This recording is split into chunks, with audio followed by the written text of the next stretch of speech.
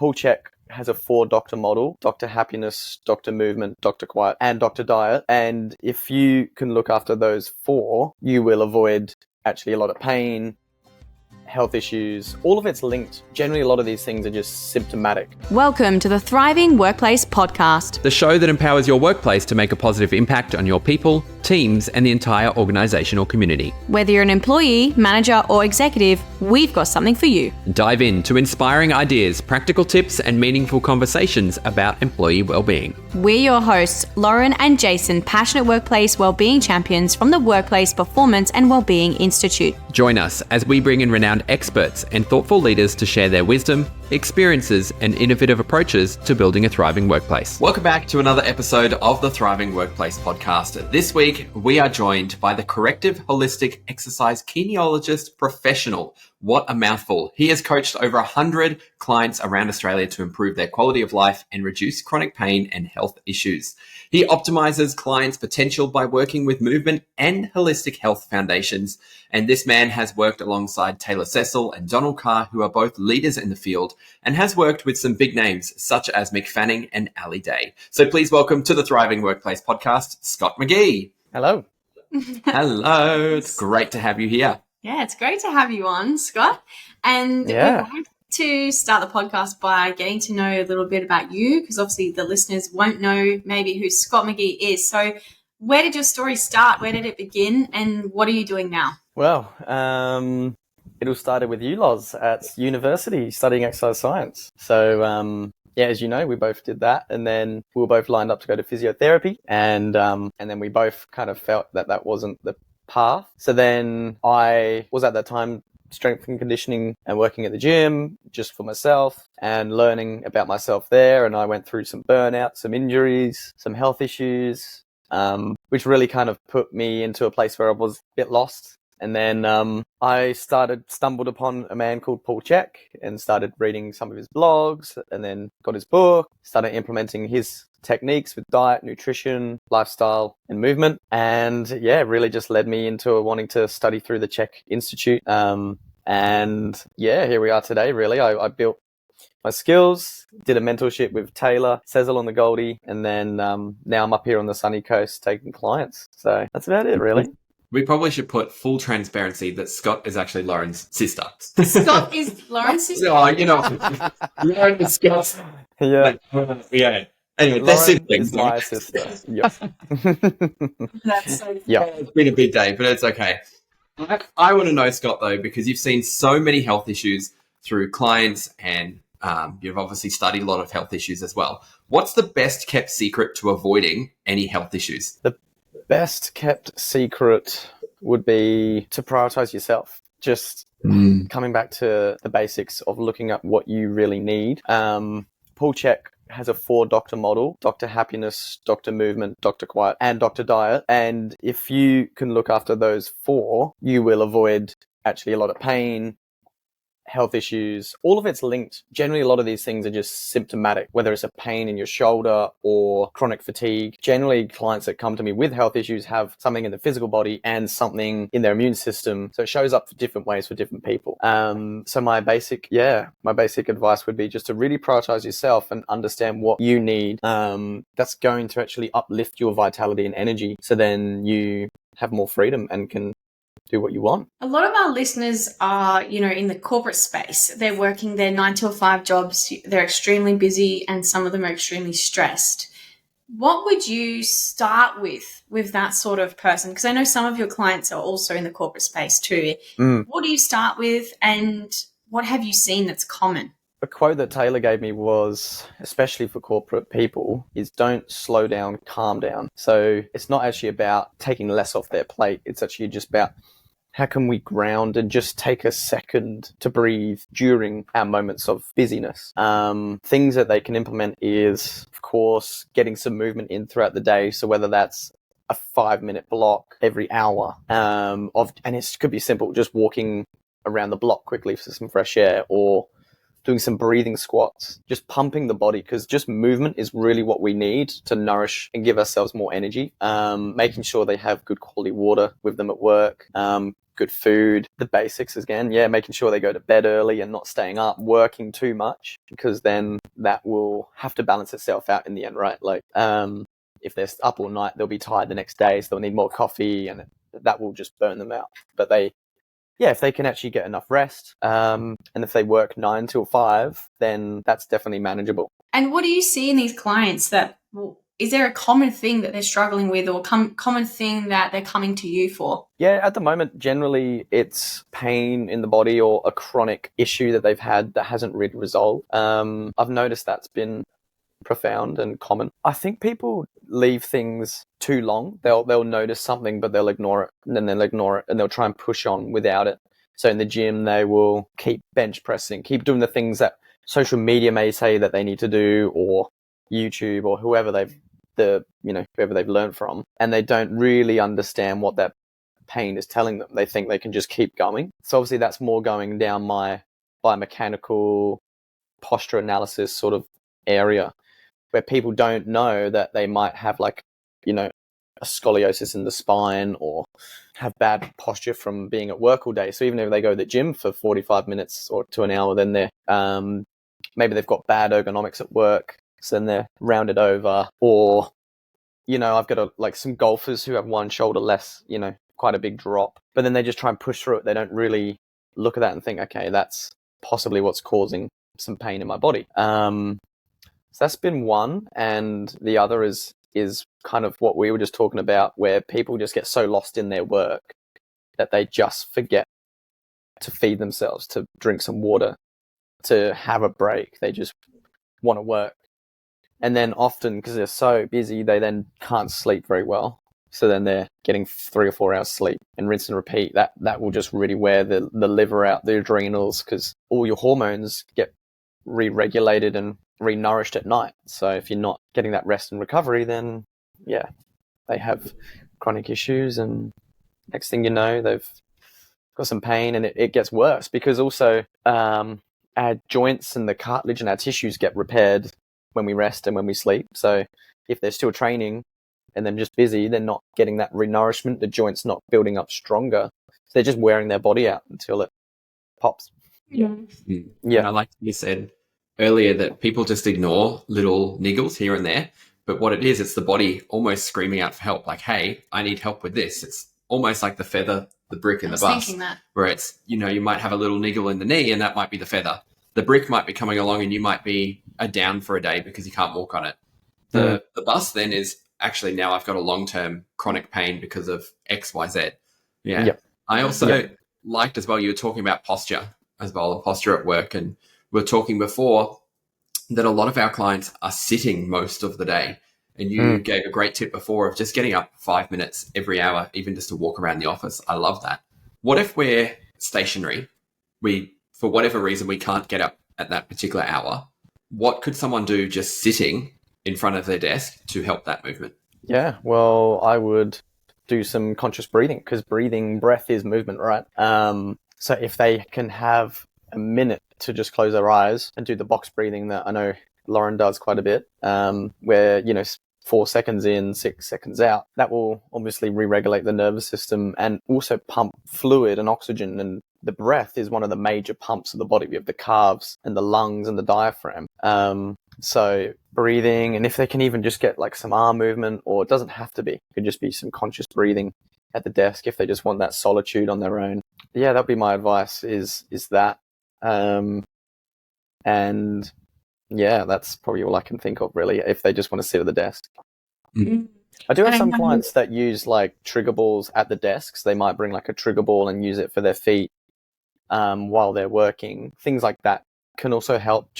I think that not only just helps roll the tissue, but can also help relax the mind a bit, if they're almost giving themselves a little self-massage while they're working in a stressful environment. Yeah. And the breath is so powerful, because I even notice when I'm working on the computer for a long period of time, my breaths naturally go shallow if you don't tune into it and actually become aware, which is sending stress signals to your nervous system. Because being on a screen is not normal, and it's quite stressful to your body, all the different lights and the stimulation, but then also getting the tasks done. So I find the breath is such a beautiful and powerful tool that we forget to use sometimes, and everyone can have that in their tool belt. So it's a good reminder, I think, for our listeners to do something like that. And you were talking about, barriers for people maybe seeking help, whether they're got a little bit of a niggle in the body or they're suffering from, even I know you help people with anxiety and stress as well.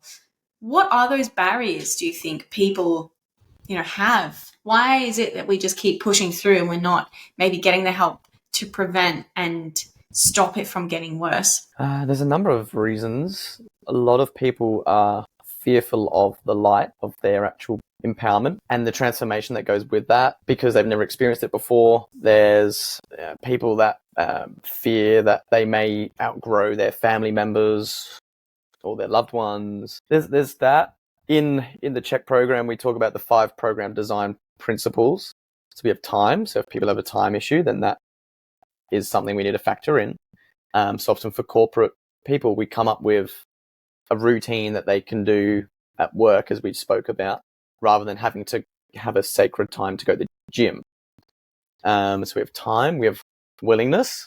Generally, if people are just not at least at a 7 out of 10, they're just not going to really adhere to any sort of program. Why that is, that could be maybe they're just content with where they're at. Maybe they need the body to scream, or that bus that we spoke about to get that willingness up. Of course, we have finances, resources. So yes, there's some of the big factors that we have that can really limit people. But there's ways to work around it, Whenever a client says, hey, I just don't have the financial ability to work with you right now, I say, cool, go and buy Paul Chek's book. Like, it's just something like, I know he's actually got a method through there, teach you how to eat. It's got exercise programs. It's got a stretch assessment. So you can actually still create your own little individualized lifestyle through the book. And then it's kind of a test for me. I'm like, and the amount of clients or amount of potential clients that don't get the book. And I'm like, well, that's why your life's probably gone the way it has, because you don't even have the commitment to buy a book. That's $30 or $40 and do that. So there's a lot playing into that. It's a big question. So much. And I think, we dive into this, obviously working in this space. There's such a mindset piece into it as well. It comes down to, sense of worthiness, whether you think you're worthy of actually feeling amazing. And I think also there's that piece of what is your normal and also what's your environment. So if everyone around you is complaining that they're stressed, anxious, busy, got these niggles, oh, my back's sore, must be getting old, and we all sort of, and if you're surrounded by that a lot, you think, oh, well, it must be normal to have pain, or it must be normal to be stressed. And so maybe that stops people from seeking help because they go, well, I don't see that there's anything wrong. Yeah. So there's a power in the environment, which we teach a lot, and that's what we've done for ourselves in our own lives. But then also that mindset piece of believing that you're worthy to feel better than this, and don't settle for, a 7 out of 10, or don't settle just have these niggles and think that that's okay, that there is a better life out there that is pain-free. You're functioning. You can play with your kids, play with your grandkids, do all the things that you want to do in your life for many, many years, and you can have that. So it comes down to the belief, right? Yeah, and it's also, people probably don't know who they are without that pain as well. They're holding on to that pain. They're holding on to that stress. Like, if I fix this, then what can I complain, justify, blame, all those things about? And who am I without that pain? So that's all, something that I can see going into that question as well. Yeah, a lot of unconscious stuff happening there. Yeah. If people say couldn't afford, for whatever reason, the Paul Chek book, working with someone like yourself, even if it is just $40, what is something that they could do every single day as a non-negotiable to, help improve their overall health? A non-negotiable. Drink enough water. Drink enough water and breathe. When I went to HLC 1 in Sydney, the teacher said the 2 keys to vitality is breath and water. Like, they're the ones that will radically actually improve your vitality off the bat, straight up. So yeah, prioritizing the best quality water that you can get. Generally, I love spring water, or you can get a good quality filter and remineralize it with a bit of salt. Drinking 0.033 times your body weight in kilos is a rough estimate of what your daily water amount should be. Of course, once it gets hot and you're sweating and you're exercising, then you add more to that. Water and breath, as we spoke about, doing some conscious breathing once a day, just 3 to 5 minutes even, would be a discipline to not only regulate your nervous system, but just to go inwards for a little bit and to not get so lost in everything that's happening outside, but to just bring a bit of attention inside. So important. And there's also, in sort of the world of social media at the moment and all the noise that's happening, a lot of it is, you have to have a morning routine, some sort of morning routine. And if you've got your morning routine down packed, then your whole day is perfect. You're able to live a healthy life, etc. What are your thoughts on a morning routine? And if you have one, what do you do? That's a good question. And I definitely love aspects of it, but I don't about others. When I was before I had Lila, it used to be, of course, a lot easier to have some sort of morning routine. But even then within that, I still like to change it up. Some days I'd like to do some Qigong, which is essentially like a Tai Chi practice, or other days I would do meditation. I'll just feel into what I want to do that day. But I generally like to have half an hour to an hour of for myself before I go out into the day. But again, I think it really varies on the person, their work schedule, what time they work. But I think if you can at least get 10 minutes of you time, whether it's just drinking some water, not being on your phone, just have some silent time before the chaos of the day starts, it's really important. So obviously now with Barb, she wakes up different times of the day. So some days I'll get 5 minutes to myself. Other days I won't. It's just the way it's gone, and I have to go with that. And, we play, and I think, okay, this is actually my morning routine. We're playing. We're out on the trampoline. We're doing different creative things. And the one thing she's taught me is how creative you can be. You can come up with a different game every day, just with the same toys. So, I think just having some time to yourself, but don't get too rigid on what that must be.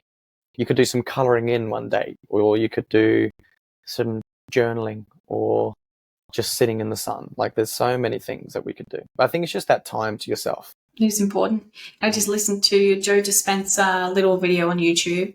It was like a morning motivation or something, and it was just 10 minutes, and he really spoke into the importance of starting your day on the right track, because majority of society, without them realizing probably, are actually starting their day thinking about their problems and starting the day in this fear state, which I know is something that obviously you talk about a lot, Scott, and how fear can be stored within the body and create havoc in the body too. But it is really interesting that I've caught myself doing it as well. And, you start the day thinking about your to-do list. You start your day thinking, oh, how am I going to get this done? Oh, I forgot to message this person, or forgot to send this email, or how are we going to make enough money to pay for X, or whatever it is. So you're already starting your day in this stress state. So for me, it's really important to notice what those thoughts are and then switch it to different thoughts. Even if, some people say, affirmations don't really work. Well, they do. You just haven't given enough time. Because the affirmation, it might not just be the affirmation, but it's the fact that you're picking yourself up on your thoughts.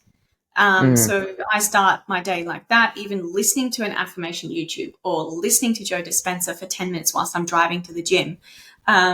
Brings yourself in a different state instead of going on your phone, listening to the news, listening to the radio. And then before that, though, I start my day sitting on my meditation cushion, and I sit for about 8 to 10 minutes every day doing the box breathing. And then the second half, I do a visualization exercise. So I'm a very visual person, though, so it works for me. But I love visualizing my future self and the things that I'd be doing and the things that I'm saying and how I'm feeling. So attaching an emotion to that is very important as well. And he was saying, Joe Dispenza, the importance of starting a day thinking and feeling into a future that you want, because otherwise we're creating our future from our past. Yes. Because 90% of our thoughts today are the same thoughts as yesterday, which were the same thoughts of the day before, the day before, the day before. So the problem is we're thinking the same, which is then creating the same actions, which is creating the same results and the same emotion attached to that as well. So in the end, we're actually a slave to our own body and our own mind, instead of taking a moment to be in charge of our own body and our own mind. So I know you do a lot of work with this, Scott, too, in terms of consciousness, but, being aware of your thoughts and being aware of your fear as well. You're in a state of fear or you're in a state of love and abundance. And I know that can be challenging. Is there anything that you could maybe say on this topic to the listeners that you might say to your clients? Yeah, totally. I think the understanding and acknowledging what's there with what we spoke about. So if you're waking up and you're in that fear state, rather than being in it, take that second to acknowledge it, to accept it, and to go into your heart more often. I think we're in the age now of information, and we're at the level and the realm of mind, but that's not the highest level of consciousness. The consciousness of our mind is not our heart. If you look at heart math, they've actually studied the magnetic frequency of both the heart and the mind when it's open. And Joe Dispenza does this too with his heart coherence exercises. And the heart when it opens, you can have a magnetic frequency that can be picked up from memory. It was 2 meters away. It was at least, it could have even been more. So, but again, that's the science. The inner experience is always different to the science. It's good to have that inner experience of asking for those parts of you that are not in alignment to come into your heart. And that's the true energy. Even actually, yeah, Joe Dispenza says this. He says, love is the true healing frequency, or, that's the healer is the heart. And gratitude is us being in full receivership, and is the highest frequency that we can enjoy. But again, yeah, I think it's just setting the intention. Just imagine setting your intention is just like planting seeds. You then let it go. So if you say, my intention is to have more heart coherence and enjoy my life more and not be in so much fear. It can be that simple. You just put it out there. Once you put it out there, you've planted that seed, and you'll be amazed at how much more your world will start aligning to that frequency, because you'll pick it up more than when you are fear-based or when you are stressed. It's not saying that we won't ever have these, because we will, but you'll have a deeper level of understanding and working with that. Yeah. I love that. That's something that we work with our clients on too. And even if we just start at the foundational level of how can you bring more gratitude into your life, even in the darkest times and your most challenging, stressful time, that's the moment where you need to dig deep into the gratitude, because it's easy to go along when you're having a great day, you're feeling really financially abundant, to go, oh, life's amazing, I'm so grateful. And then you have a bad day and it feels like nothing's going right. And then your habits slip and your mindset slips, and then it's okay. Remember, breathe, drink some water, gratitude. And I think from this podcast, for me, those three are 100%. Probably my non-negotiables. Yeah. Yeah, sure. And it just, life is something that, these are all little tools, but life is something that you have to experience and you learn along the way. And the more that you have faith in those darker times and something comes up, the more that faith will grow, because you're like, wow, when I was in my darkest period, something, if someone else is in my profession as a coach and they're at a position where they're like in the younger days and they're struggling to pick up clients, then it's often though when they're at the time where they're struggling the most, that something will just come out of nowhere. And it's amazing how those situations can happen. And I now go, oh wow, I put it out there. So I'm looking forward to the next thing. Like, it's the mystery. It's all, the ego likes to know everything, but the life is really the mystery. If we knew every single thing that our life had, and we mapped out every single thing, and that happened exactly, it would ruin the fun of it a little bit, right? Like, we want a little bit of uncertainty, because otherwise we'd be bored. We would be, So to have that little bit of uncertainty, but have faith and don't go into so much fear. Understanding your network of who your support is. It's the pyramid of potential. We have support on one side, challenge on the other. Obviously, the wider the base of a pyramid is, the higher the apex can go. Mm-hmm. So wherever there's more challenge in your life, you need more support. So if you're going harder at work, going harder at the gym, then you need more support. You need more rest. You need more, massage, sauna, or whatever that support can look like. More financial support. Who knows? But that's the one thing that I've really felt into the last couple of years is the old me was my ego. It was like, I just will do it. I don't need support. I can do it. But if I'm just in my challenge and no support, I'm not going to make very high on that pyramid. But if I go, you know what, like I'm going to challenge myself, but I'm also going to be open to receiving support. Been much more it's of really cool. Yeah. What was that pyramid called? It's called the Pyramid of Potential. No, I really like it. I've never heard of that. No, it's awesome. That's a great, really cool. great way to see things and put a sort of diagram to it as well. Yeah, I use it all the time with clients. It's just the balance between the feminine and the masculine. You could put anything on those two poles. Like, feminine, masculine has to eventually balance out. And I always normally have like a little pen through the middle. So I draw a straight line down the middle of the pyramid. And I'll say, you know, your life goes into the masculine and the feminine, the masculine, the feminine. It has to eventually sort of even out. You can't just be in the masculine. You for that pyramid, otherwise you'll have like a big wonky pyramid. So it's just the laws of the universe. It's So, but yeah, once that clicks, it just makes life, I think, flow a lot more. Yeah. But, and I'd really like to ask, I know we'll get to wrapping up soon, but you obviously do things differently, right? And that's what I love about you. And I think that's why we get along so well, is because we're quite similar in terms of doing things a little bit different and looking things more holistically. So I'd like to know, you know, what are many sort of therapists in terms of rehab and corrective exercise and maybe your conventional side of injury prevention and management? What are they kind of missing? What is something that maybe if they just implemented or just did for their clients, it would change the game that, you know, you're doing for your clients? There's many things. And this, not saying all of them, but yeah, a lot of therapists to just look at the problem site and they're not looking at the whole body and how the whole body moves, walks, squats.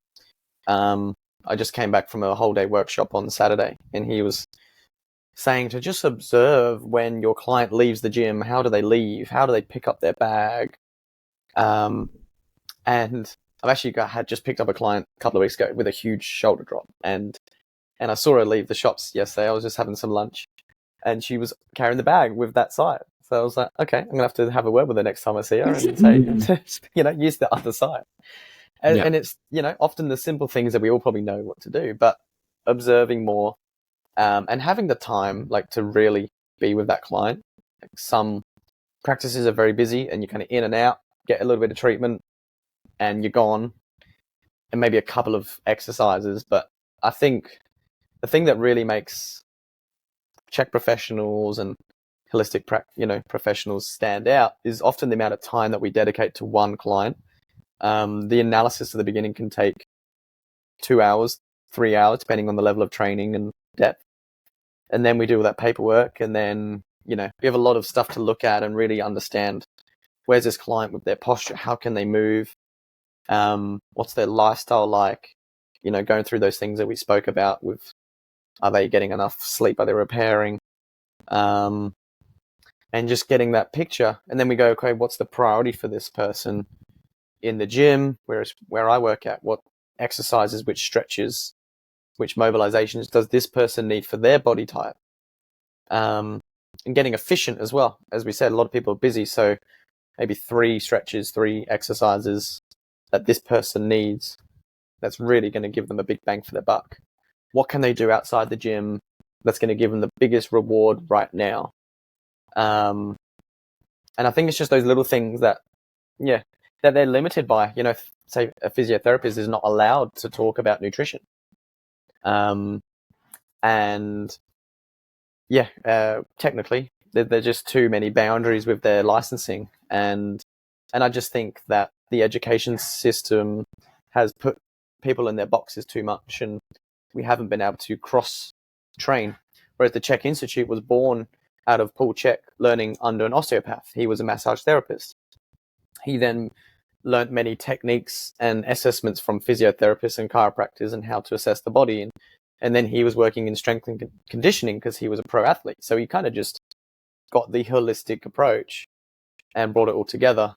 And he originally really wanted it to be set out for the rehab world, where he does still get a lot of osteos and stuff enroll the courses, but it's actually been the strength and conditioning world that's really taken him on, because he always says, you know, a physio clinic, you got 1 kilo little pink dumbbells and bands, whereas you go to the gym, suddenly people are loading up 100 kilos on their back. Like, the gym is a much more risky environment than a physio clinic.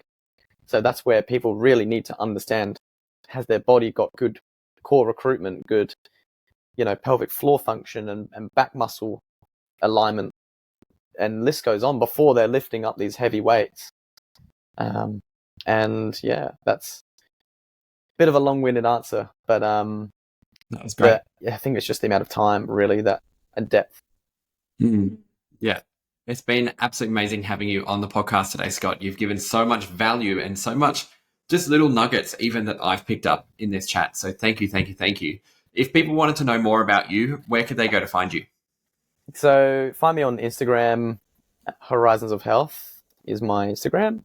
Probably most active on there. You can shoot me an email at scott@horizonsofhealth.com.au.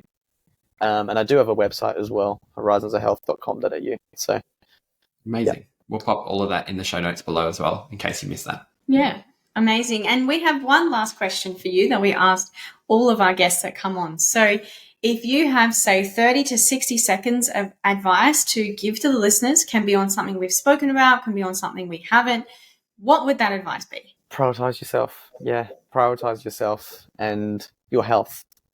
Because if you've got a health issue, then that's your main issue, because everything is born out of this vessel. And we can have all the money and all the things that we want, but if we can't use our body, then what have we really got? So yeah, prioritize your health. Thank you for joining us on this week's episode. If you got value from this episode, it would mean the world to us if you could take 20 seconds out of your day and leave a 5-star rating and written review. And remember, you have the power to make a lasting change in your workplace.